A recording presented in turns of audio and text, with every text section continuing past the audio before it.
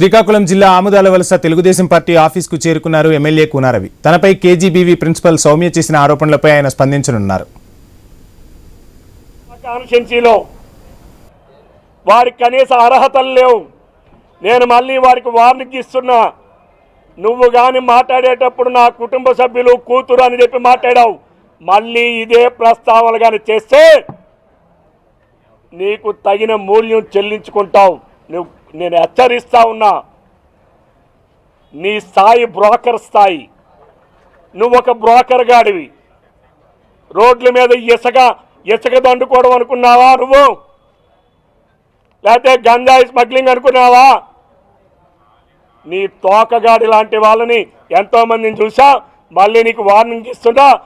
ఎప్పుడైనా సరే నా కుటుంబ సభ్యుల ప్రస్తావన ఎత్తే మర్యాద ఉండదని చెప్పి కూడా నేను తీవ్రంగా హెచ్చరిస్తున్నాను. ఎవడ్రా నువ్వు మాట్లాడడానికి? నీకున్న అర్హత ఏంటి?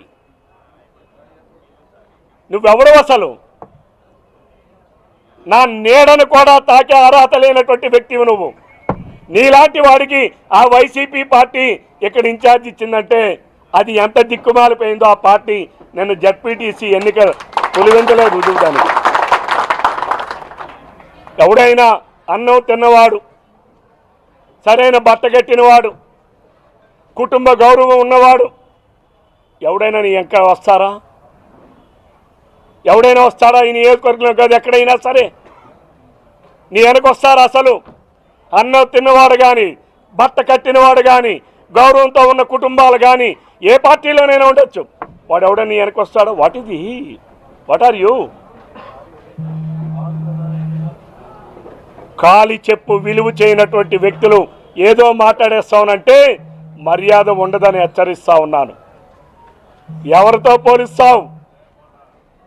నువ్వు నా పేరెత్తడానికి అర్హత లేని మనిషివు నువ్వు.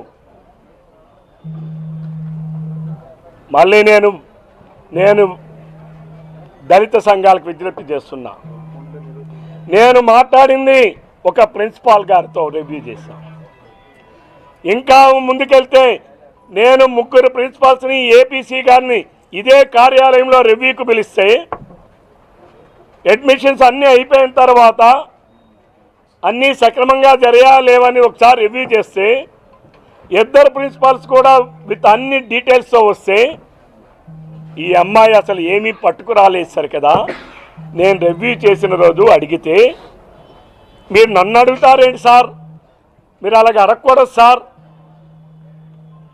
అని ఇకన నటి సావిత్రి పూర్వం మనం చూస్తే ఆమె నటనకి అందరం మంత్రముగ్ధలం అయిపోయేవాళ్ళం. నటి సావిత్రి కూడా మించిపోయింది. పెద్దగా అరవడం, పెద్దగా ఏడవడం. నేను ఆ రోజు తోటి ప్రిన్సిపల్స్ కూడా ఉన్నారు ఆ గదిలో, ఏపీసీ ఉన్నారు. వాళ్ళు అక్కడ నుంచి ఆమె ఆ తమ్ముడికి ఫోన్ చేయడం, మా తమ్ముడు వస్తాడు మీ సంగతి చూస్తాడని మాట్లాడడం. ఒక శాసనసభ్యుడు రివ్యూకు పిలిస్తే వాళ్ళ పై అధికారి సమక్షంలో, వాళ్ళ ఇతరుల సమక్షంలో ఇదే కార్యాలయంలో ఆ రోజు 200 మంది ఉన్నారు. ప్రజల సమక్షంలో ఆమె వాడిన భాష మాట ఇదే. ఆమెకి అట్రాసిటీలు వాడుకోవడంలో సిద్ధాస్తురాలు. అంటే కులాన్ని వాడుకోవడం. నేను అడుగుతున్నాను, ఆమె ఏ కులం అని ఈరోజు మాట్లాడుతూ ఉంది. ఆమె అసలు ఏ కులం? ఆమె ఈరోజు క్రిస్టియన్ మతంలో ఉన్నారు. ఆమె అసలు ఏ కులం అండి? నేను అడుగుతా ఉన్నాను దళిత సంఘాలకి, ఆమె ఏ కులం? ఈరోజు సుప్రీంకోర్టు చెప్పింది, రాష్ట్ర హైకోర్టు చెప్పింది, మతాన్ని మార్చుకున్న తర్వాత నీ పాత కులం నీకు వర్తించదని. ఈరోజు ఆమె ఏ కులం? నేను అడుగుతా ఉన్నాను, దళితులు చెప్పాలి నాకు. అలానే ఈరోజు ఆమె చూస్తే మనకి శ్రీకాకుళంలో అంటే ఆమె యాటిట్యూడ్ అండ్ బిహేవియర్స్ ఎలా ఉంటాయో మీకు చెప్పడం. పాలకొండ ప్రశాంత్ అని చెప్పి సోషల్ మీడియా ఇన్ఫ్లుయెన్సర్ ఒక ఆయన ఉన్నాడు, ఏదో ఎక్కడో ఉద్యోగం చేస్తున్నాడు.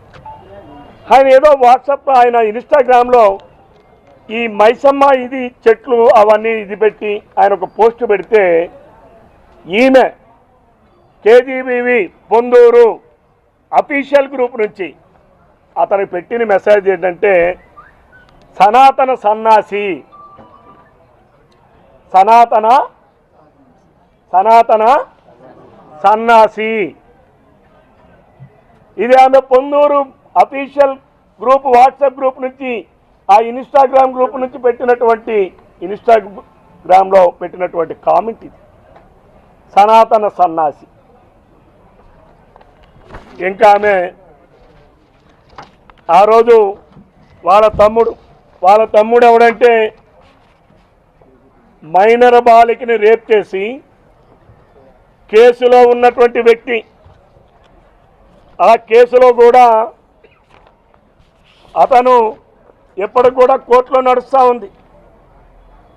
తమ్ముడు మైనర్ బాలికని రేప్ చేస్తే కేసు పెడితే దానిని పత్రికల్లో రాశారని ఇద్దరు విలేకరుల మీద, ఆ బాలిక తల్లిదండ్రుల పైన, లాయర్గా ఉన్నటువంటి అడ్వకేట్ గారి పైన మనం మాట్లాడుకుందాం ఇంటికి రండని చెప్పి వాళ్ళపైన ఒక వీడియో క్లిప్పింగ్స్ తయారు చేసి ఎస్సీ అట్రాసిటీ చట్టం రేజేటి యువరాజ్ అనేవాడు ఇది చేస్తే రేజేటి సౌమ్య పెట్టినటువంటి ఫిర్యాదులు.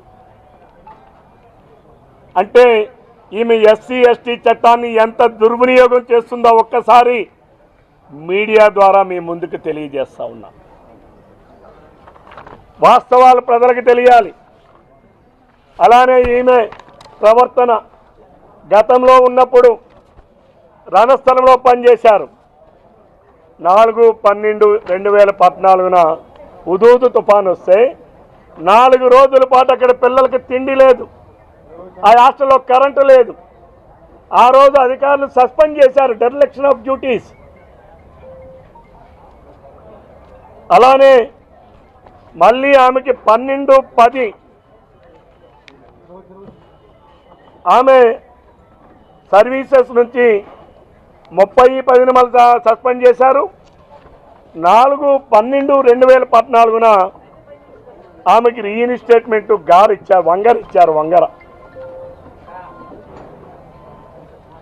మళ్ళీ ఆమె రణస్థలం వచ్చారు. మీరు ఒకసారి, నేను మీడియా మిత్రులకు అడుగుతున్నా, మీరు రణస్థలం మండలం వెళ్ళి, రణస్థలం కేజీబీవీ పాఠశాలకు వెళ్ళి అక్కడ ఉన్న ఏ ప్రజాప్రతినిధులకైనా, వైసీపీ వాళ్ళు కావచ్చు, తెలుగుదేశం వాళ్ళు కావచ్చు, నేను అడుగుతా ఉన్నా, ఒక సోదరి ఒక మహిళకి అన్యాయం జరిగితే వాళ్ళతో పాటే పనిచేస్తున్నటువంటి ఏ ఒక్క కేజీబీవీ సిబ్బంది అయినా ఎవరైనా వచ్చారా? ఎవరైనా? అంటే ఈమె ఎమోషనల్ బ్లాక్మెయిలర్.